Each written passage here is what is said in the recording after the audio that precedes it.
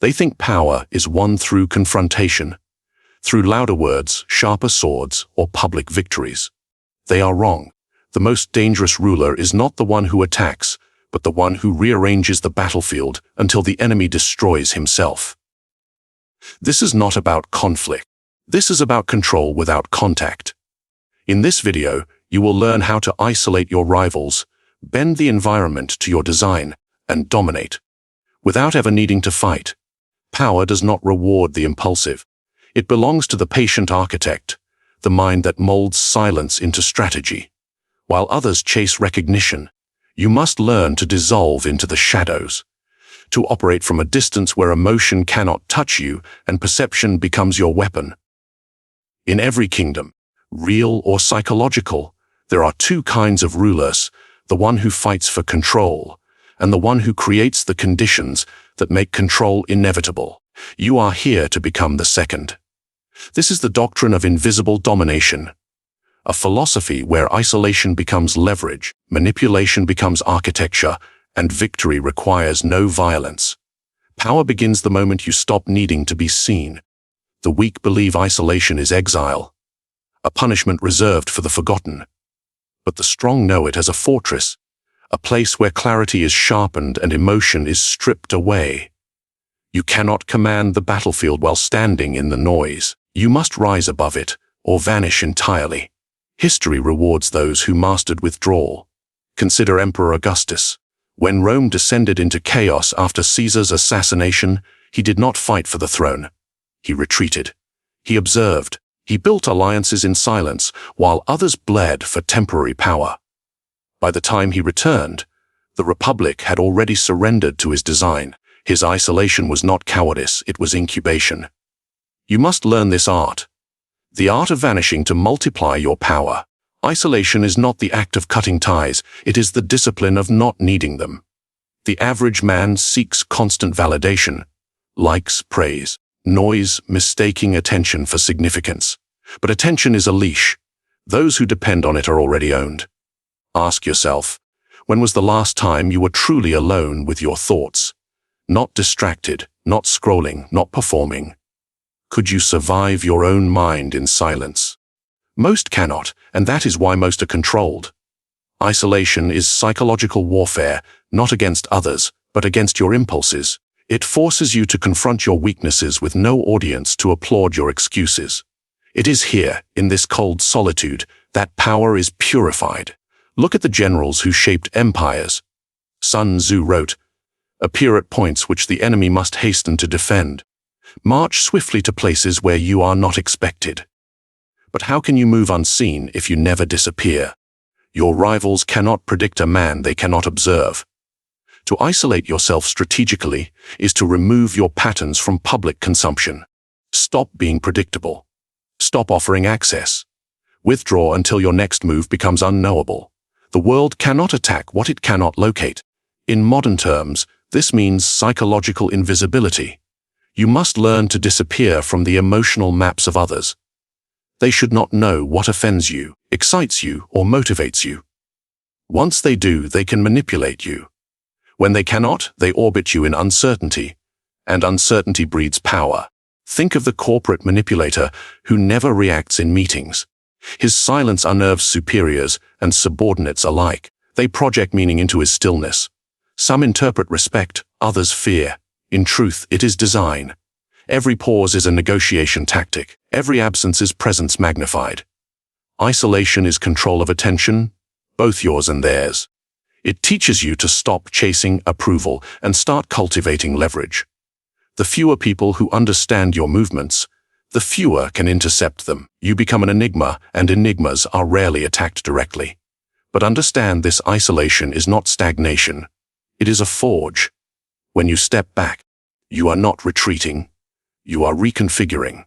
You study the emotional currents of others, their predictable reactions, their desperate need for validation. You begin to see patterns that only silence reveals. In this solitude, your mind evolves from participant to observer, from pawn to strategist. And once you learn to operate from that elevated distance, you are no longer reacting to power, you are orchestrating it. There is a psychological reason why isolation produces dominance. Human beings are wired for social validation. Rejection triggers survival fear. So when you detach willingly, when you choose isolation, you invert the natural order. The one who needs nothing becomes the one who controls everything. Those who depend on approval fear your independence. Those who crave control fear your silence. And those who thrive on manipulation cannot endure someone who operates outside their reach. Isolation is not withdrawal from the world. It is withdrawal from its weakness. It is the art of refusing to be emotionally enslaved by noise, gossip, or reaction. You will find that once you master detachment, people begin to compete for your attention. The very thing you stopped offering. The paradox of power is this: the less you show, the more they imagine. And imagination, once unleashed in your favor, is more powerful than truth. So step back. Close the gates. Let the world speak while you listen. Let them wonder where you've gone. Because by the time they realize, you will already be everywhere. Isolation is not the end of engagement, it is the beginning of control. It is the first movement in the symphony of domination. And when you learn to vanish on purpose, to make absence your presence, the battlefield begins to tilt in your favor without a single strike. But remember, isolation is only the first weapon. To truly dominate without fighting, you must now learn to manipulate the terrain itself. Power is not taken, it is engineered. Before you ever make a move, you must first shape the ground upon which the game is played. Those who rush to fight on someone else's terms have already lost. The true manipulator does not compete within systems. He creates them. This is the principle of terrain. And the terrain is not just physical. It is psychological, social, political, emotional. It is the invisible architecture that determines who wins before the first strike is thrown. You see, most people are slaves to environments they did not design. They react to circumstances instead of constructing them. They spend their lives adapting to rules made by others, obeying systems that were never designed for their victory. But not you. You must become the engineer of context. History belongs to those who understood this. Consider Alexander the Great. Before any battle, he would spend days studying the land, not just for advantage, but to force his enemy to fight his war, not theirs. When he faced Darius at Gaugamela, he chose an open plain. His smaller army was outnumbered, but he manipulated the field, clearing and leveling the ground so his cavalry could strike precisely where the Persians were weakest. He didn't just win. He dictated how the battle could even occur. That is manipulation at its highest form. The silent rewriting of conditions so your victory becomes inevitable. Ask yourself in your life, whose terrain are you standing on? At work, in relationships, in your social circle, are you reacting to others' expectations, or are you shaping them before they ever reach you? Most people fail because they fight where they have no leverage. They debate on others' topics, compete in others' games, and defend themselves on enemy soil. They mistake movement for strategy. The manipulator knows better. He alters the terrain until every path leads to his favor. In psychological warfare, terrain is perception. Whoever defines perception controls the outcome. If you can frame reality, if you can dictate how others interpret events, then you have already won before confrontation begins. Politicians do this flawlessly. They redefine the battlefield with language. They don't fight over truth, they redefine what truth means. By framing opposition as instability or dissent as disloyalty, they transform criticism into proof of their power. The people never see the manipulation. They see only the terrain you have drawn for them. Control the frame, and you control the fight. The corporate world thrives on this principle. A leader who wishes to eliminate rivals rarely fires them directly. Instead, he changes the structure of the company, new policies, subtle reshuffling, strategic realignments. Suddenly, his competitors find themselves misplaced, irrelevant, or quietly replaced. The terrain changed beneath them, and they fell without a push. You can do the same. When you cannot overpower someone directly, redesign the space around them until their strength becomes a weakness. If they are loud, reward silence. If they thrive on recognition, change the reward system so humility earns status. If they seek confrontation, remove every opportunity for conflict. You will watch them drown in their own misalignment. The essence of manipulation is not force. It is architecture. It is the quiet shaping of structure until your rivals cannot operate without empowering you. You see, people believe they possess free will, but free will means nothing when the environment dictates every choice. Even animals behave differently depending on terrain. A lion is king on land but helpless in the sea. So too with humans. The same mind that dominates in one system becomes powerless in another. You must learn to control that system. That is why you must study not the individual, but the structure they inhabit. The terrain determines the mind's limits. When you redefine it, you redefine the possible. So never rush into someone else's battlefield. Build your own. In conversation, steer the topic before it begins. In negotiation, decide what is being negotiated before anyone else realizes it. In life, create the conditions that make your path the only logical one to follow. Then watch as others walk willingly into your design, believing they are free. The manipulator never shouts. He drafts new rules in silence, while others fight for illusions he has already replaced. To control the terrain is to control time itself, because every outcome bends toward the structure that contains it. This is how rulers dominate without resistance, how thinkers lead without authority, and how strategists destroy without confrontation. Power is not in the sword, it is in the map. And when you hold the map, everyone else marches by your design. But once the terrain is shaped, another layer begins, the control of emotion itself. Because even a perfect battlefield collapses if your mind becomes predictable. That is where the next lesson leads. Power does not crumble from external attack. It decays from internal reaction. Those who rule by impulse lose their empire to emotion. Those who rule by detachment command not only others, but themselves. This is the law of psychological distance. The ability to remain calm while others burn, to think clearly while the world demands a reaction. You will never dominate people until you can dominate your responses. Ask yourself, how easily can someone provoke you? How quickly do you rush to defend your image, your ego, your pride? Every time you react, you surrender control. The world manipulates through emotion because it knows most men are slaves to it. The skilled strategist, however, becomes immune. He observes emotion in others as a scientist observes flame, not to feel its heat, but to study how it spreads. Consider the Stoics, Marcus Aurelius, ruling an empire drowning in corruption, betrayal, and war. Yet his writings were not filled with rage or sentiment. They were reflections carved from detachment. He understood that emotion is a weapon often turned inward. The one who remains calm while all others tremble becomes untouchable. But detachment is not coldness. It is calculation. It is the deliberate choice to see the game, not just the players. The detached mind views insult as data, failure as feedback, chaos as camouflage. You are not suppressing emotion, you are converting it into strategy. The emotionally reactive person is predictable, easy to manipulate, easy to trap. The detached one is unreadable, forcing others to project their fears and desires upon a blank surface. That surface becomes your armor. Think of it like this: when a rival shouts, what happens if you remain silent? They grow louder, desperate to pull you into their emotional storm. Their outburst exposes weakness. Your stillness becomes dominance. In every negotiation, every argument, every psychological duel, the one who reacts least rules most. There is a story of Catherine de' Medici, the Queen Mother of France. Surrounded by scheming nobles and religious war, she rarely raised her voice or revealed her thoughts.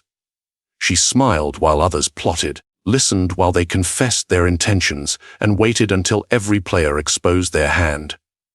Her silence built myths. Some feared her, others worshipped her.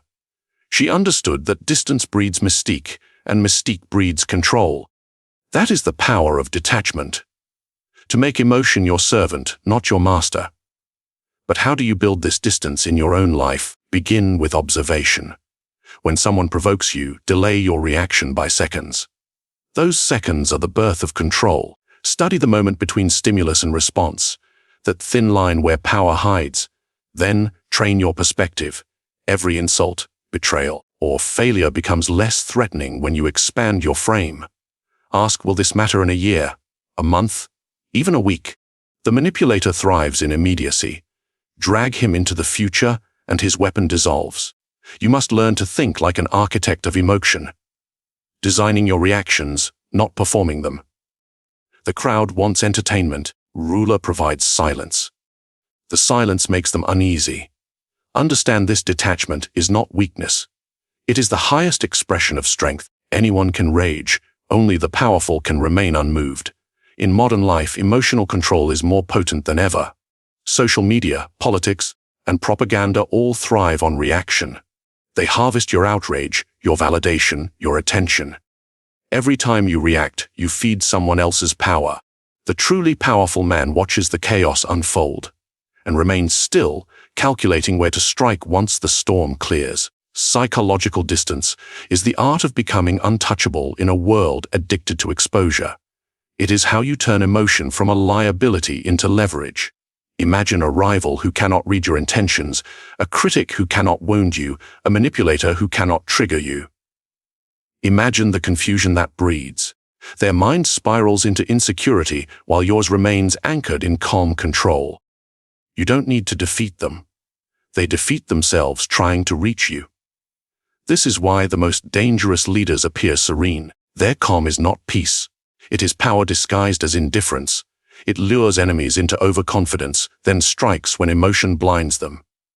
Detach, and you will see everything. Engage, and you will see nothing. Because once you enter the emotional battlefield, you fight on their terrain. But when you remain above it, you become the architect. Watching others destroy themselves in the fire they built. Psychological distance is not a withdrawal from humanity, it is mastery over it.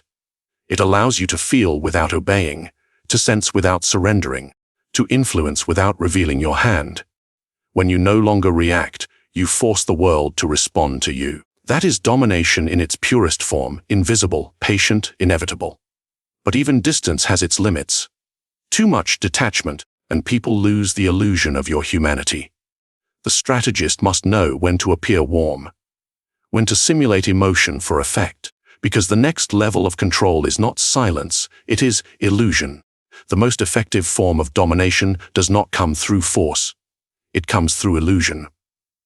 When power is hidden behind humility, resistance becomes impossible. The world is easily deceived by appearances because people prefer comfort to truth. And the illusion of surrender is the most comfortable lie of all. To disarm a rival, make them believe you have already submitted. The moment they think you pose no threat, they stop defending themselves. Their guard falls. Their ego swells. And in that very arrogance, you plant your victory. History worships those who appear weak while secretly constructing empires. Consider Julius Caesar. Before crossing the Rubicon, he played the role of the obedient general, loyal to Rome, loyal to the Senate. He pretended to follow orders, even as he prepared to overthrow the Republic itself. His humility was camouflage. When he finally revealed his hand, it was too late. The Republic had already surrendered to a man it still believed it controlled. That is the art of deceptive surrender. You do not fight the enemy's strength. You seduce it into inaction. Ask yourself, how often do you feel the urge to prove your superiority, to assert your intelligence, your worth, your dominance? That impulse is precisely what gives others power over you. When you need to be seen as strong, your strength becomes predictable. But when you pretend to yield, you gain freedom. The freedom to observe, to plan, to infiltrate. True manipulators do not confront power, they crawl beneath it. They learn the psychology of submission so perfectly that their obedience becomes a weapon. The greatest victories in politics and war are not achieved through visible conquest, but through invisible compliance. Think of how kingdoms have fallen not from invasion, but from infiltration, from a single advisor whispering in a ruler's ear. Think of how corporations are overtaken not through competition, but through quiet takeovers disguised as partnerships. That is the illusion of surrender. In psychological warfare, it works because it feeds your enemy's pride.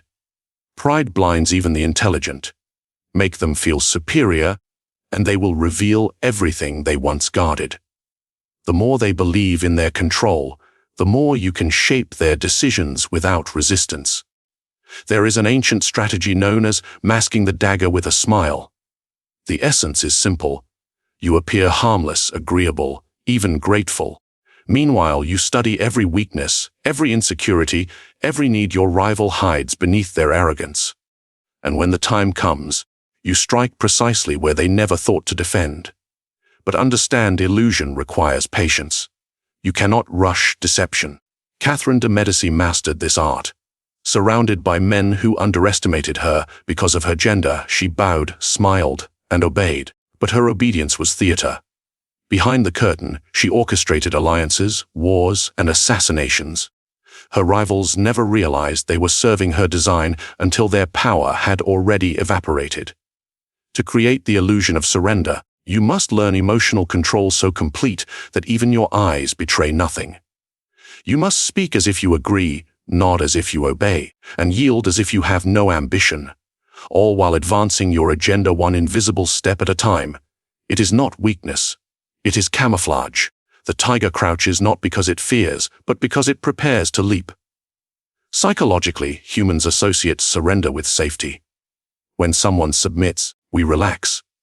That instinct is ancient, born from tribal survival, where submission prevented conflict. The manipulator exploits this instinct. You create peace to mask preparation. You give comfort to create blindness. And when your rival finally rests, you move. The illusion of surrender is also a mirror. It reflects back whatever the other desires to see. The proud see validation. The insecure see loyalty. The compassionate see trust. You become whatever confirms their illusion, until they depend on it. Dependence is the silent victory. Because once they depend on your obedience, they are already under your control. The world praises transparency, but every empire is built on concealment. Let others chase visibility. Let them flaunt their strength, shout their convictions, and demand recognition. You, instead, will disappear behind masks and rule from behind them. Remember, the visible king dies first. The invisible king reigns forever. The illusion of surrender is not about deceit alone. It is about restraint, knowing when to appear defeated so that victory can mature in silence. It is about crafting a theater of humility while secretly building a fortress of strategy. The weak surrender because they must. The strong surrender because it serves them. So the next time you face an adversary, smile. Lower your gaze. Let them feel taller. Let them mistake your stillness for submission. And as they turn their back, thinking they have won, you will already own the ground beneath their feet. This is the Machiavellian paradox. Sometimes the only way to rule is to kneel. But this illusion is only half the equation, because power is nothing if not made permanent. And permanence comes from mastering how to erase without killing, how to destroy without leaving blood. The highest form of power is not to destroy your enemies. It is to make them destroy themselves. Violence is crude. It draws attention, breeds rebellion, and exposes your intent. But subtle erasure of influence is an art. It leaves no blood, no proof, no rebellion. Only silence. Power that endures is not built on fear alone, but on dependence. And dependence can be created without a single threat or strike. Ask yourself, why would you waste energy crushing your rival when you can simply make him irrelevant? History remembers conquerors for their victories, but it is the manipulators behind the throne who truly ruled. Consider Cardinal Richelieu of France. He understood that violence was a tool for fools, messy, unstable, temporary. Instead, he used bureaucracy, influence, and perception to dissolve opposition. He made nobles fight each other, weakened alliances with whispers, and crafted systems where rebellion became suicide. No sword could match such precision. His genius lay in replacing confrontation with control. You must learn this. To dominate without fighting, begin by mastering perception. Let others believe you are harmless, or better yet, useful. When people see you as an asset, they lower their defenses. Then, slowly, make your usefulness indispensable. Once they rely on you, remove their independence one favor at a time. Dependence is invisible domination. The more they depend on you, the less you need to oppose them. Their will bends naturally toward yours, not from fear, but from necessity. They will call you a friend, even as you absorb their strength. This is victory without violence. Think of how corporations destroy competition today, not through open war, but through acquisition. They buy, merge, absorb, and suddenly the rival no longer exists. The name may remain, but the autonomy is gone. The same principle applies in human psychology. You do not have to crush your opponent. Simply contain him. When you understand a rival's desires, validation, attention, control, you can use them as a leash. Offer what they crave, then make it scarce. They will chase it endlessly, never realizing the chase keeps them beneath you. The art of subtle elimination lies in shifting focus. You do not strike the person. You strike their credibility. You isolate their voice, redirect their audience, dilute their influence until even their victories look like accidents. When perception collapses, power follows. In political history, this was the foundation of empire. When Rome wished to conquer new lands, it often left local kings alive but dependent on Rome's protection. Over time, those kings lost their armies, their pride, and finally their thrones, all while believing they still ruled. That is the perfection of domination, when the conquered believe they are free. But you must be patient. Subtle elimination is a slow execution, not of bodies, but of identities. Every rival, every obstacle has a center of gravity, something they believe defines their strength. Find it, feed it, and then distort it until it becomes poison. If your rival prides himself on loyalty, make him betray himself. If he values morality, force him to act against it. If he builds his power on unity, divide his followers through gentle suggestion and strategic silence. You never attack directly. You simply allow him to implode under the weight of his own contradictions. This is how kingdoms fall, friendships fracture, and reputations rot. Not through open conflict, but through invisible corrosion. You must understand the psychology of erosion. People defend against aggression but rarely against influence. They resist enemies, but they trust allies. So become the ally who erodes, not the enemy who strikes. Power that kills creates martyrs. Power that erases creates ghosts, and ghosts do not rebel.